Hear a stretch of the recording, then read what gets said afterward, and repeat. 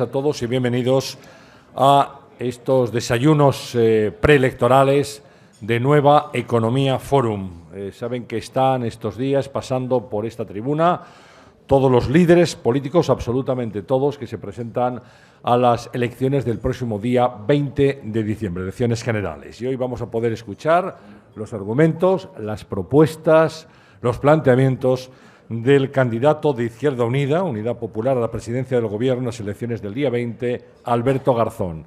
Y para presentar a nuestro invitado y para introducir este desayuno, tengo el gusto de llamar a la tribuna a Carlos Sánchez Mato, que es concejal delegado del área de Economía y de Hacienda en el Ayuntamiento de Madrid. Cuando quiera.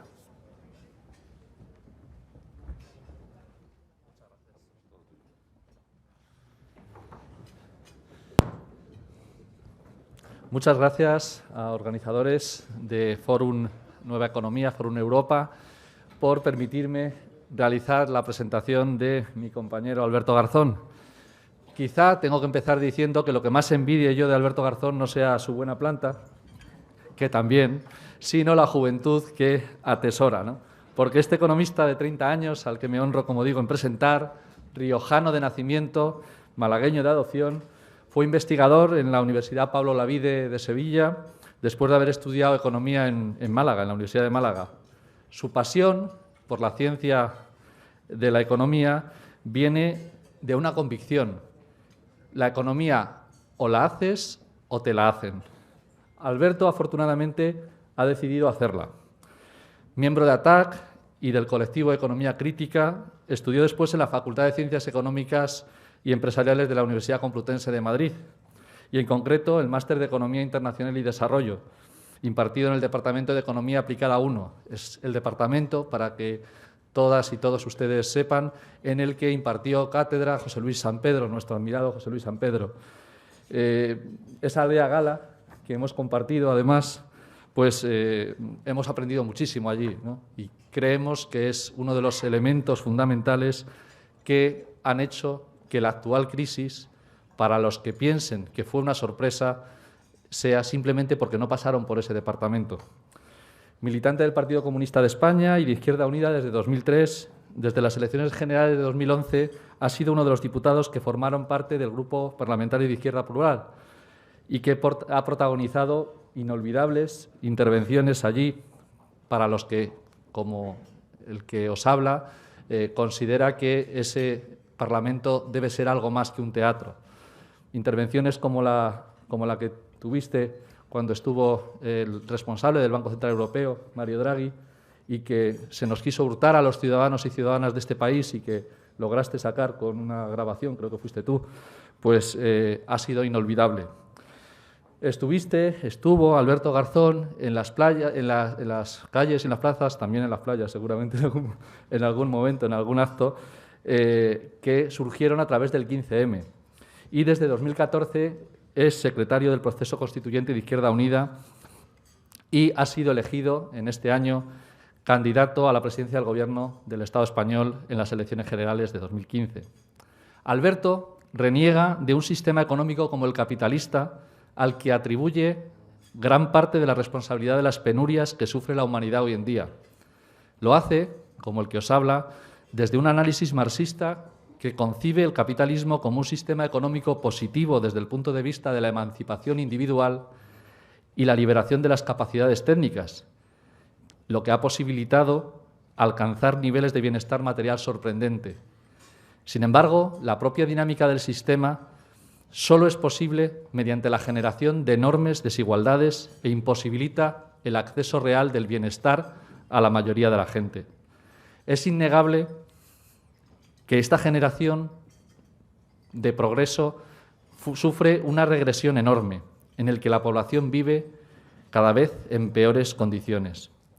Alberto, en coherencia con este análisis, nos ha descrito en estos últimos años, en publicaciones, en libros, en discursos, lo que supone la presión de la competencia capitalista en la búsqueda por la ganancia económica que empuja a todos los agentes económicos hacia una carrera sin fin que nos conduce hacia el desastre medioambiental, amenaza con destruir las relaciones humanas y acaba incluso justificando guerras.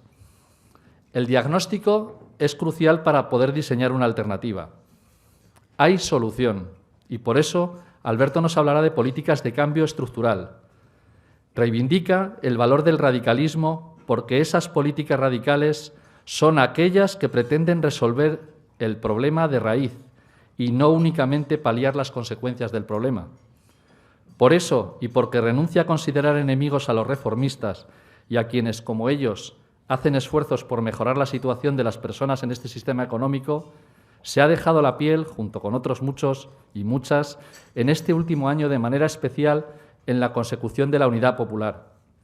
El que haya habido otros que no hayan querido finalmente no podrá atribuírsete. Ha renunciado a entender la política como un mercado de fichajes para defender el trabajo y las ideas colectivas. Y nunca te lo podremos agradecer lo suficiente los que llevamos soñando con eso mucho tiempo. Porque pase lo que pase, en enero empezará todo de nuevo. Vivimos tiempos convulsos, tiempos de incertidumbre en los que los proyectos vitales de mucha gente se están quebrando como consecuencia de la crisis económica y de la gestión neoliberal de esta crisis. La historia nos ha enseñado que en estos trances, cuando es más importante que prevalezcan los valores y los principios, y es cuando esos valores y principios que nos han permitido a lo largo de la historia conquistar derechos y libertades se convierten en algo fundamental. Esos valores que le llevaron, al ser elegido diputado en 2011, a ser el primer diputado en renunciar, junto a nuestro compañero Cayo Lara, del sistema de pensiones privado que se concede a los miembros del Congreso. Valores que le llevan a hacer pública su nómina, a dar datos de ingresos y patrimonio de manera absolutamente transparente, o aplicar estrictamente la carta financiera por la que renuncia a percibir la parte del sueldo que exceda 3 veces el salario mínimo interprofesional. Eso es coherencia y una muestra clara de que la dignidad a la hora de ejercer un cargo público no va unida al monto que se percibe por ese servicio a la sociedad. Hay quienes creen, como Alberto, que mientras haya mucha gente cobrando 9.080 euros anuales de salario mínimo, no puedes acercarte a su realidad si cobras 78.000 euros como cobra el presidente Rajoy o 300.000 como pretende cobrar el señor Rivera. Y también quería deciros que en esta semana, del 6 de diciembre, es el único candidato que se atreve a seguir manteniendo la misma posición política en torno a la Constitución. Defiende la necesidad de un proceso constituyente como una ventana de oportunidad para conseguir un marco social y un Estado federal y republicano. Porque hacer reformas de calado sobre modelos de Estado, ley electoral o derechos sociales sin un nuevo proceso constituyente sería un auténtico fraude constitucional al pueblo. Algunas quieren una reforma por la puerta de atrás, realizada por las élites, pero Alberto sigue empeñado en defender principios y no nos importará quedarnos solos en la defensa de un cambio profundo y real. Aunque tendríamos que preguntarnos si de verdad estamos solos. Creo que sabemos que no. El programa, pues, del que nos hablará Alberto Garzón es un compromiso irrenunciable. La identidad de una fuerza política, la expresión concreta, con medidas de las necesidades materiales de la clase social a la que representa. Por eso incluye en el mismo la auditoría de la deuda pública o la nacionalización de sectores estratégicos que solo pueden subsistir actualmente gracias a recursos públicos o a ventajas otorgadas desde el Boletín Oficial del Estado. No cabe en su estrategia un programa en la oposición y otro para entrar a gobernar. Esta práctica común, que algunos llaman de realismo político, ha contribuido al descrédito de la política y de muchos partidos. Como lo hemos escuchado en muchas ocasiones, no de la clase política, que no existe como tal. No hay clase política, pero sí políticos de diferente clase. Y Alberto defiende a la suya. Estamos ante un momento clave y por eso hace falta la voz de la izquierda en esta situación histórica. Y no es una persona cualquiera quien nos la va a explicar hoy en este lugar. Lo va a hacer un joven economista, como decía al principio, con firmes convicciones y orgulloso de llevar una mochila en la que guardamos cosas seguramente inútiles, seguro, pero que rebosa de valores imprescindibles para transformar la realidad y construir en la práctica una sociedad más justa, junto a muchas y muchos compañeros de otras organizaciones y movimientos sociales que nos acompañan en este proceso tan ilusionante de unidad popular. Quien piense que no hay alternativa es que no le ha escuchado. Les dejo a todos ustedes con mi compañero y amigo Alberto Garzón.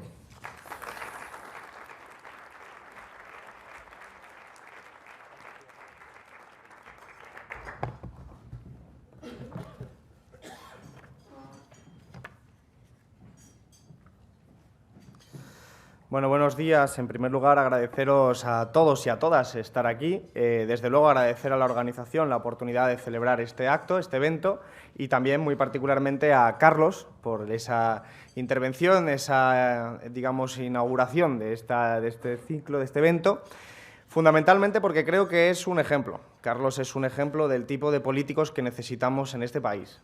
Es un ejemplo porque es una persona que se debe a sus ideales, a sus compromisos, a sus valores, a sus principios y, sobre todo, a ese compromiso por la justicia social que le hace actuar tanto de la misma forma en un colectivo de unidad popular como es ahora Madrid, como en todos los espacios que él participa, en todas las conferencias, en todos los espacios de debate, de reflexión política y, desde luego, en toda su trayectoria, que también es notablemente importante que la gente pudiera conocer el trabajo que ha estado desempeñando Carlos en el ámbito de la economía y en el ámbito de la denuncia social con, evidentemente, una propuesta alternativa siempre factible y viable para poder ponerse en marcha.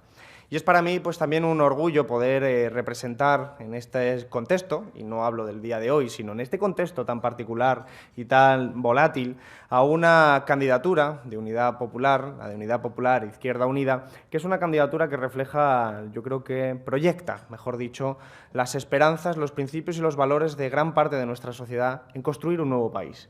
En construir un nuevo país para poder vivir con dignidad, en construir un nuevo país para superar un momento tan complejo como el que está viviendo mucha gente ahora mismo.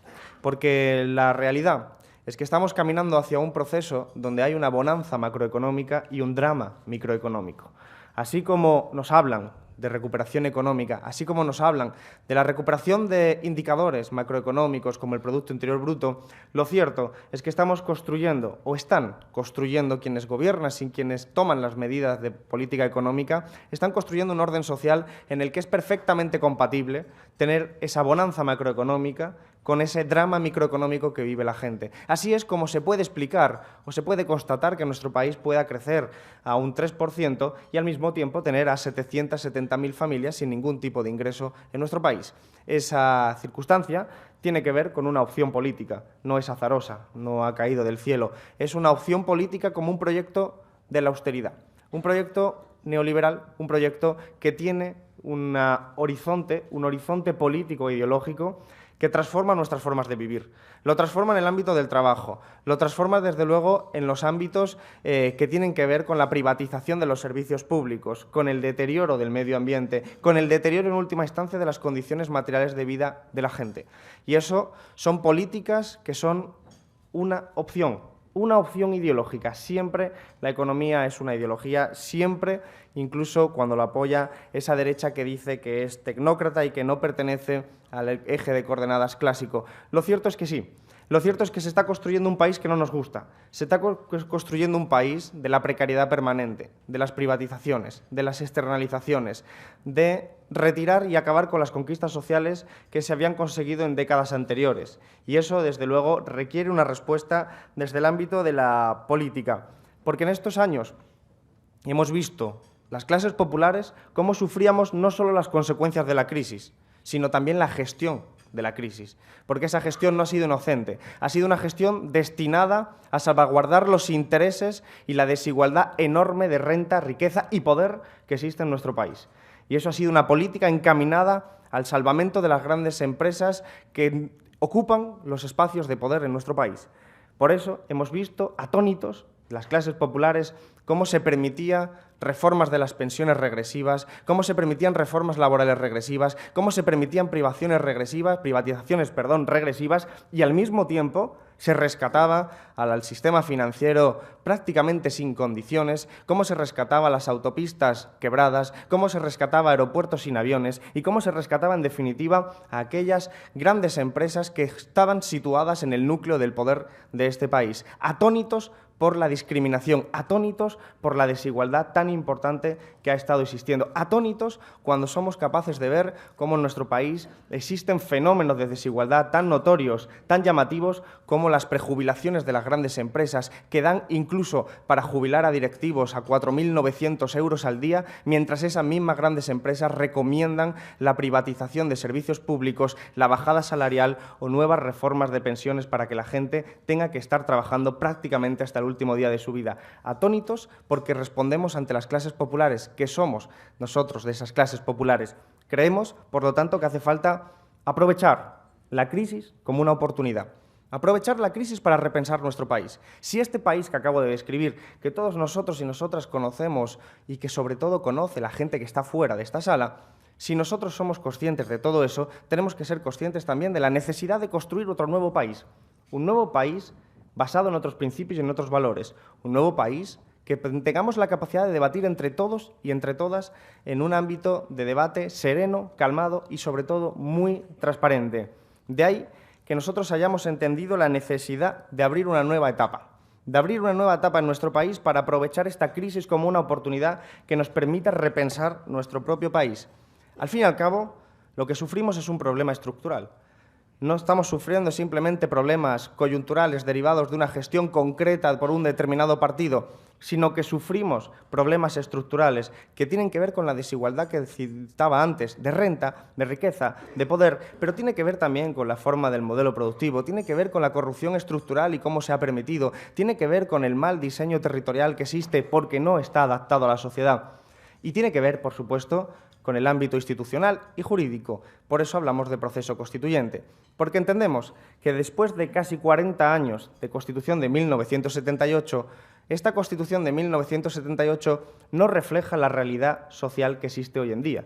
No refleja la realidad social que existe hoy en día en nuestras calles, no refleja la realidad ni los deseos de transformación social que existen también hoy en día fuera de esta sala. Y en ese sentido, nosotros creemos que no se puede atacar los problemas estructurales con reformas parciales.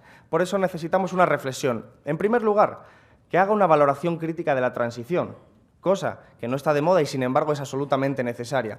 Porque la transición, y especialmente el punto final de construir la Constitución de 1978, fue un proceso político empujado por las clases populares deseosas de conquistar la libertad, clases populares que se manifestaban en la calle, clases populares que arriesgaron mucho para poder demandar y reclamar y exigir la democracia. Pero ese proceso, aun siendo empujado por las clases populares, fue pilotado por las élites políticas y por una oligarquía económica que no ha dejado de ser oligarquía después de la transición.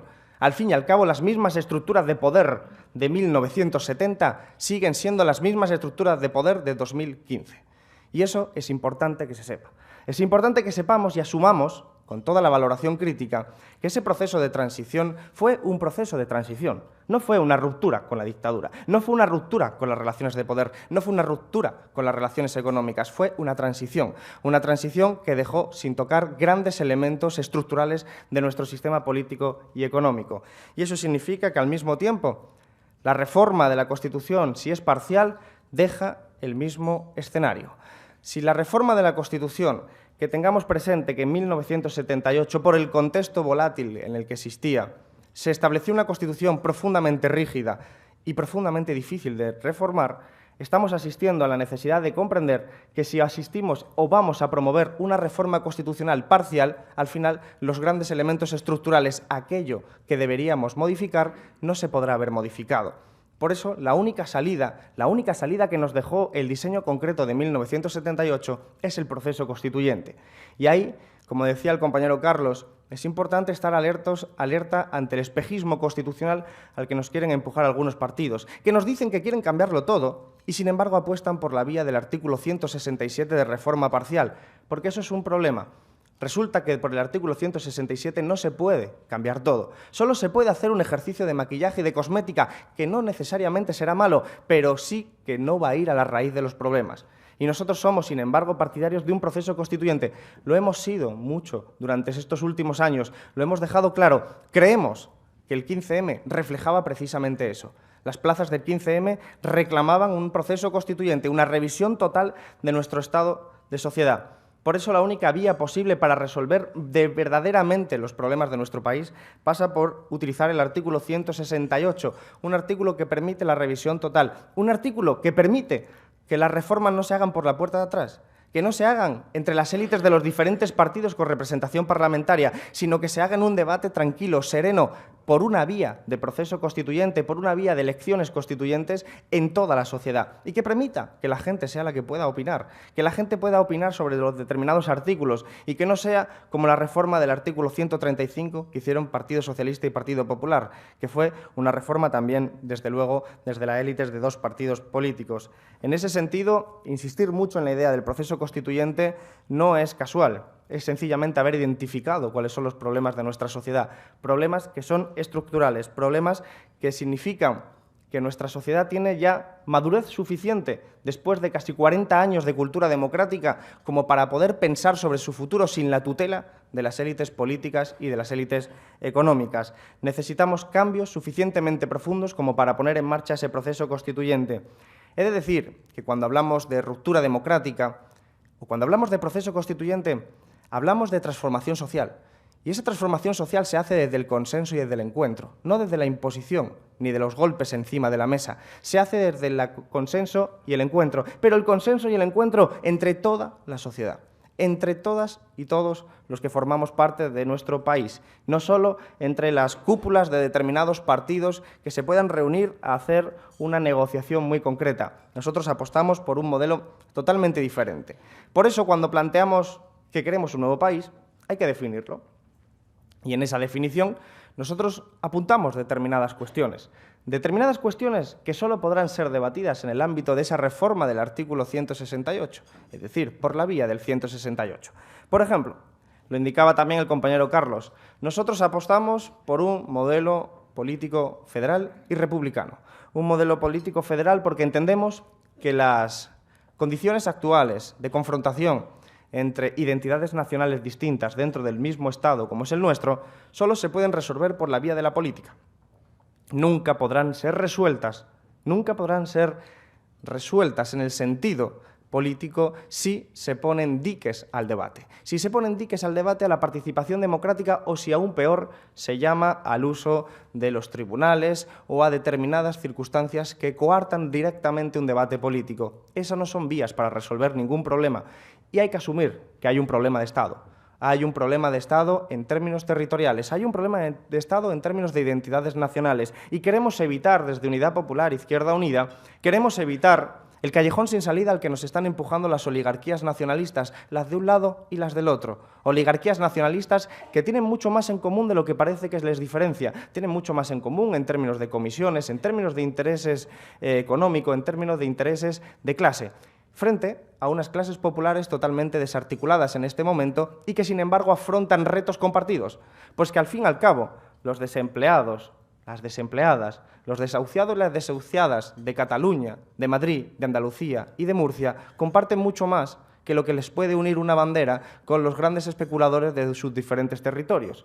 Y esa constatación y esos retos del futuro que se van a encontrar y que nos vamos a encontrar como clases populares que sufrimos la crisis y, como decía antes también, la gestión neoliberal de la crisis, requiere que colaboremos, que cooperemos, que trabajemos en un mismo Estado común. Por eso creemos que hay que apostar por el federalismo, hay que apostar por un modelo federal que preserve especialmente los derechos y las libertades de las clases populares, que ponga el foco en ese espacio y al mismo tiempo que sirva también para censurar esos comportamientos elitistas de las oligarquías de diferentes nacionalidades que nos están conduciendo a un callejón sin salida que enfrenta al fin y al cabo a las clases populares de diferentes territorios y que nos sitúa en una guerra de pobres, para que las clases trabajadoras de Cataluña respalden a la oligarquía catalana y las clases populares de Madrid, Andalucía o Murcia respalden a sus diferentes oligarquías sin tener presente otro enfoque.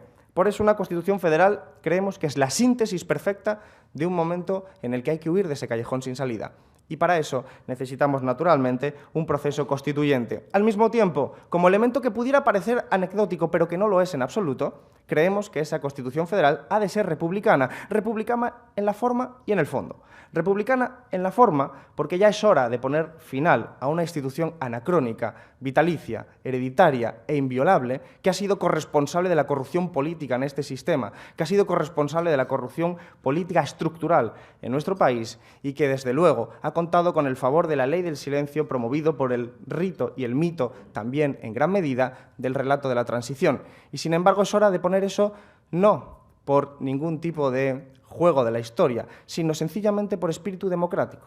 Por espíritu democrático porque es hora de democratizar todas las instituciones y, desde luego, se puede comenzar también por la jefatura del Estado, porque, al fin y al cabo, los españoles y las españolas debemos ser todos iguales ante la ley. No puede haber excepciones, no puede haber privilegios. Y en un momento en el que democratizamos todos los espacios, que asumimos esa demanda, la demanda de democratizar los partidos políticos, la demanda de democratizar las instituciones públicas, la demanda de democratizar la vida en sí misma, se trata también de no dejar espacios vacíos, como puede ser la monarquía. Por eso creemos que el republicanismo es, evidentemente, no solo un cambio en la jefatura del Estado, sino un cambio en la cultura política de nuestro país, un cambio en la cultura política para que las cosas y los debates políticos que nos incumben a todos se decidan y se debatan entre todos y todas. Al mismo tiempo, proponemos que ese nuevo país que queremos construir sea un país feminista que defienda los derechos de la mujer. Pero un país feminista necesita también que en su máximo orden constitucional aparezca una cláusula que permita la igualdad de género, para poder ser base de desarrollos ulteriores, de nuevas normativas, de nuevas leyes, para que en todos los espacios públicos y privados esté claramente preservado los derechos de la mujer y, evidentemente, también ese espacio de igualdad de género.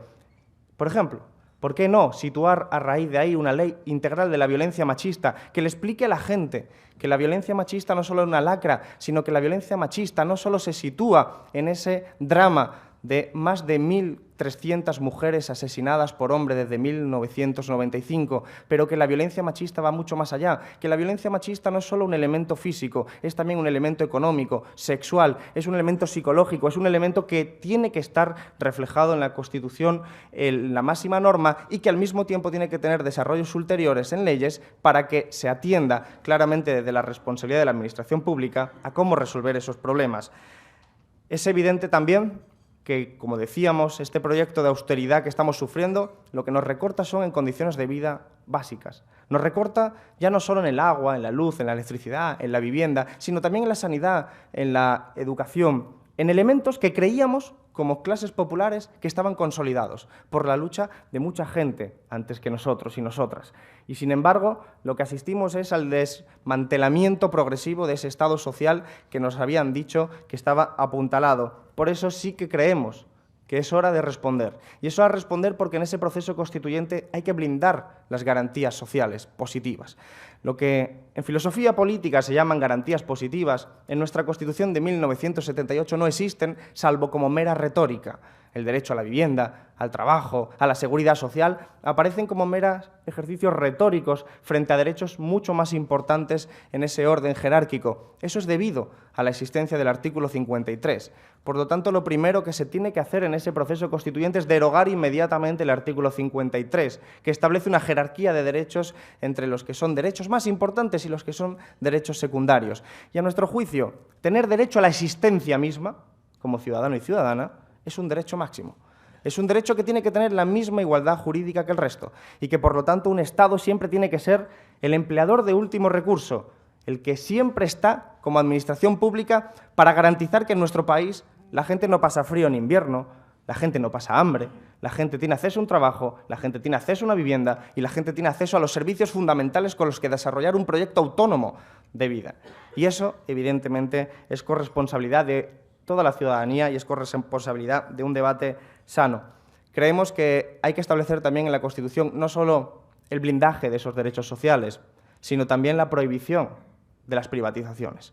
la prohibición de los espacios públicos, la prohibición de todo lo que ha sido, en última instancia, un proceso de acumulación por desposesión, como diría el economista Harvey, pero que en el fondo lo que sí significa es el saqueo y el expolio de los fondos públicos, porque cuando un hospital es privatizado, no solo se nos está robando la propiedad y todo lo que significa el espacio de negocio, sino que se nos está robando nuestra condición como ciudadanos.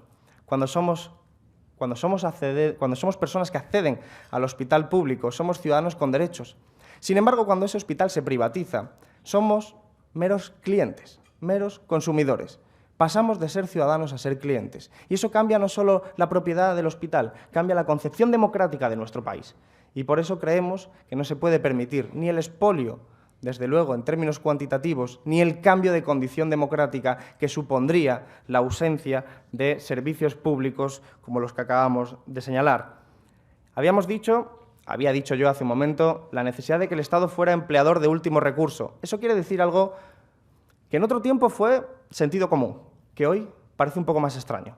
Sin embargo, es absolutamente necesario, tanto antes como ahora.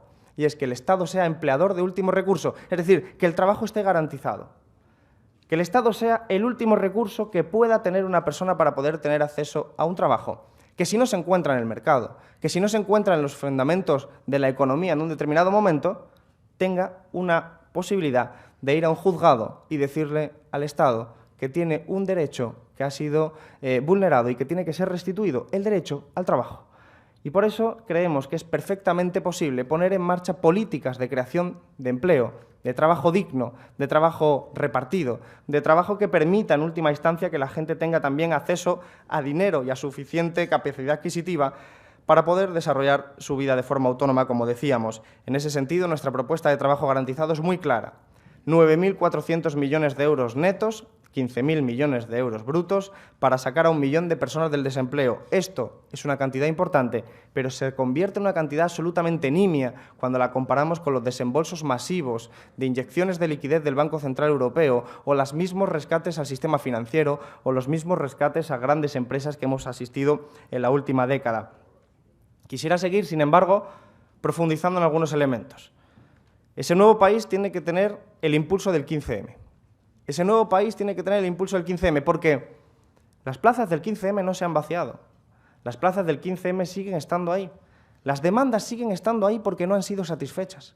Las demandas democratizadoras del 15M están ahí para ser atendidas. Y tenemos la obligación, como responsables políticos, como dirigentes políticos y como ciudadanos y ciudadanas de nuestro país, el atenderlo y entender que tenemos que avanzar hacia un proceso de democratización mucho más fuerte que otorgue capacidad a la ciudadanía para decidir sobre su futuro, que no solo asistamos a una democracia procedimental en la que se vota cada 4 años y el resto del tiempo uno es un sujeto pasivo, totalmente como si realmente no le incumbiera todo lo que sucede durante el mandato. Por eso hay que tener una Constitución que dé mucho más peso, que facilite todos los elementos y mecanismos de democracia participativa, las iniciativas legislativas populares, que aparecen en la Constitución del 78, pero absolutamente limitadas. Hay que expandirlas, promocionarlas, permitir que la gente tenga acceso a esas herramientas. Los referéndums, por ejemplo, para que sean vinculantes y obligatorios en casos, por ejemplo, de cesión de soberanía a entidades supranacionales, que sea la gente la que decida cuándo pierde su derecho a decidir en virtud y en beneficio de entidades supranacionales. Pero también elementos como los revocatorios, una de las características más demandadas en el 15M, que en las plazas reclamábamos, exigíamos, gritábamos y que aún nadie recoge salvo nuestra formación.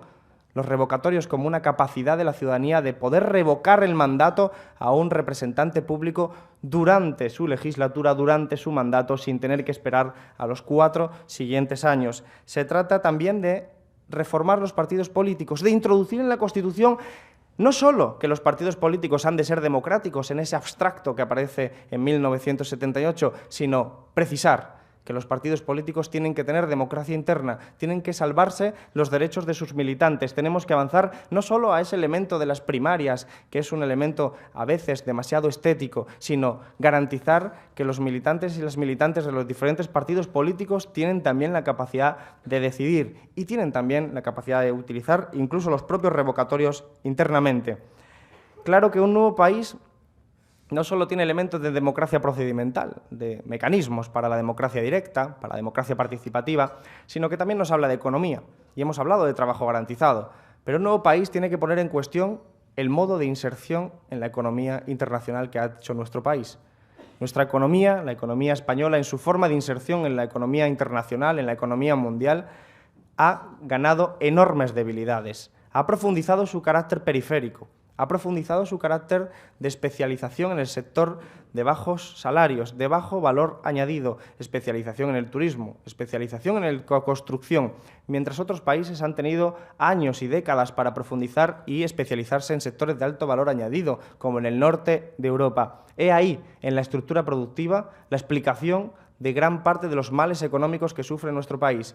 Y esa estructura productiva tampoco se consiguió, se desarrolló de forma azarosa. Fue la voluntad política de los diferentes gobiernos y del tipo de inserción en la Unión Europea lo que hizo que nuestra economía fuera cada vez más periférica, cada vez más dependiente de tanto turismo como de flujos internacionales que caracterizaban a nuestra economía como esa economía prácticamente, diríamos, camino de un país subdesarrollado, en vías de subdesarrollo por su estructura productiva, por su estructura basada en el bajo valor añadido. Es evidente, no hace falta que lo cite aquí, que cuando uno construye un país especializándose en sectores de bajo valor añadido, sectores estacionales como el turismo, después no puede pretender que tengan condiciones laborales como los países del norte, fundamentalmente porque ese tipo de estructura productiva va acompañada de unos escenarios laborales de precariedad permanente y de contratos basura. Y, sin embargo, eso ha sido la decisión de los gobiernos anteriores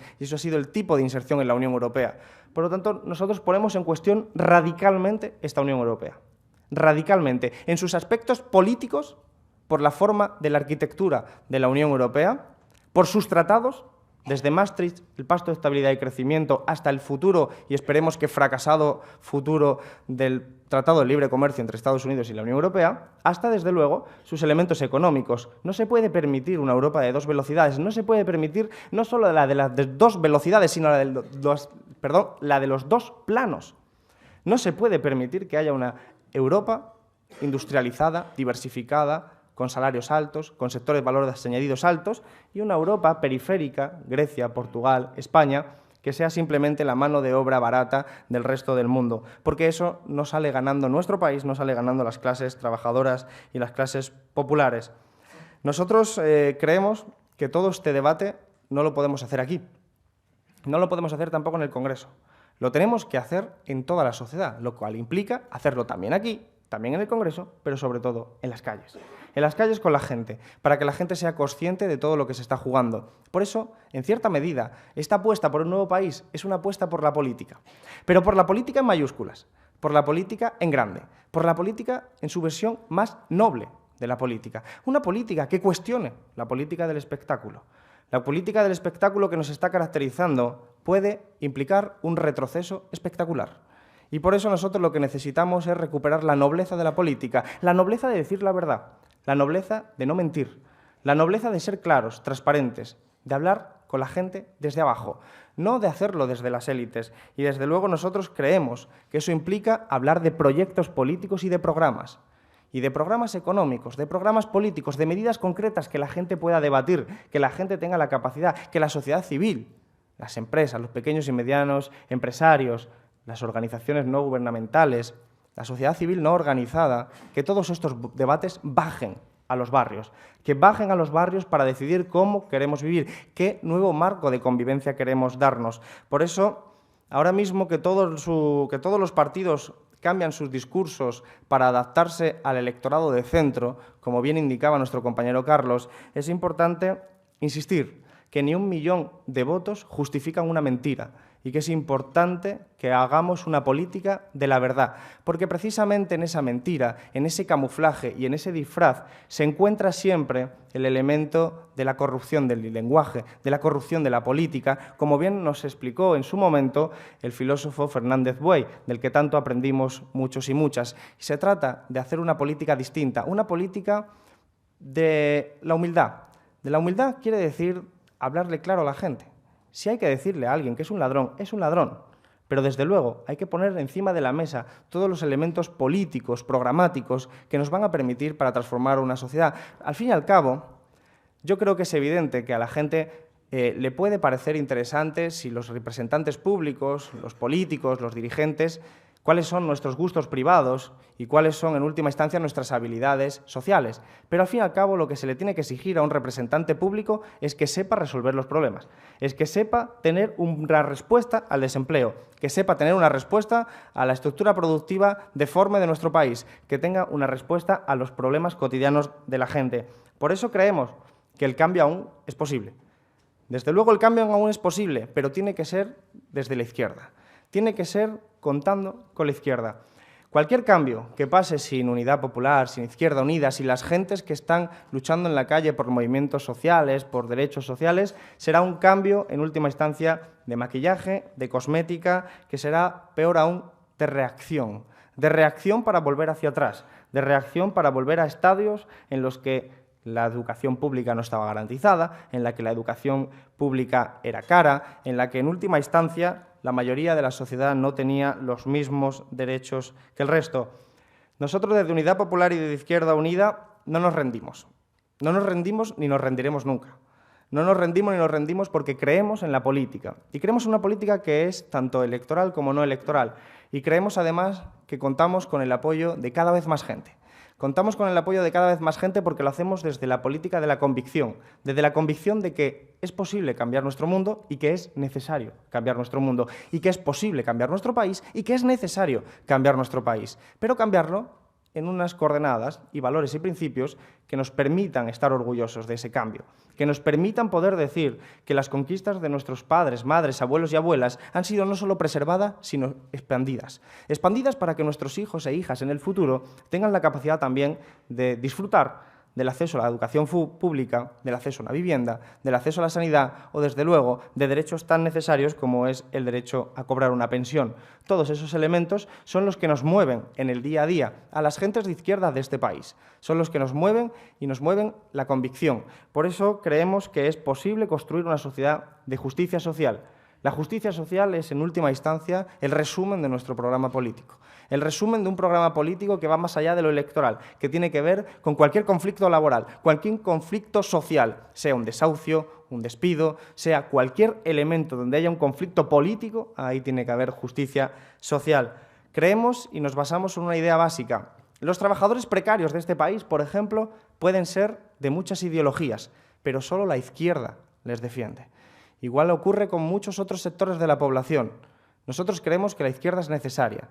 Nosotras creemos que la izquierda es imprescindible. Y por eso, en un tiempo tan convulso como este, en el que, como decía Marx, todo lo sólido se disuelve en el aire, es imprescindible, como decía Carlos, hacer prevalecer los principios y los valores de izquierdas en esos momentos en los que hay que estar a la altura de la historia, porque, como hemos dicho en muchas ocasiones, en este ciclo electoral no solo nos jugamos unos cuantos diputados o diputadas, nos jugamos las próximas generaciones, nos jugamos una construcción de un nuevo orden social, y la cuestión y la disyuntiva es si en ese orden social va a triunfar la reforma que deja sin tocar los elementos nucleares de este país durante décadas y que son las causas de gran parte de los males que han sucedido en este país, como la corrupción, la burbuja inmobiliaria o la falta de democracia en las instituciones públicas, o evidentemente nosotros tendremos la posibilidad de hacer una ruptura democrática, una transformación que ponga en cuestión todo esto y que permita que desde un debate sereno, desde abajo, entre todos y todas, nos permita construir una sociedad más justa. Ese es el reto que nosotros nos marcamos y que nosotras nos marcamos.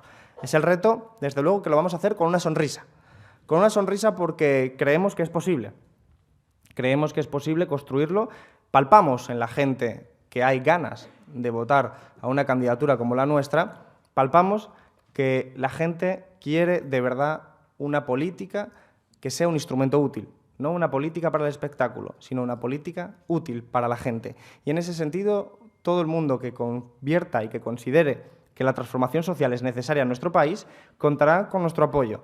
Y desde luego nosotros y nosotras vamos a seguir trabajando en esta campaña electoral, en los apenas 3 semanas que nos quedan, para hacer llegar nuestras propuestas, nuestro proyecto de proceso constituyente a todos los barrios de este país. Por eso hacemos un llamamiento también. Los barrios populares de este país tienen que votar masivamente. Tienen que votar masivamente porque es ahí donde se encuentra la esperanza de darle un giro radical a nuestro país.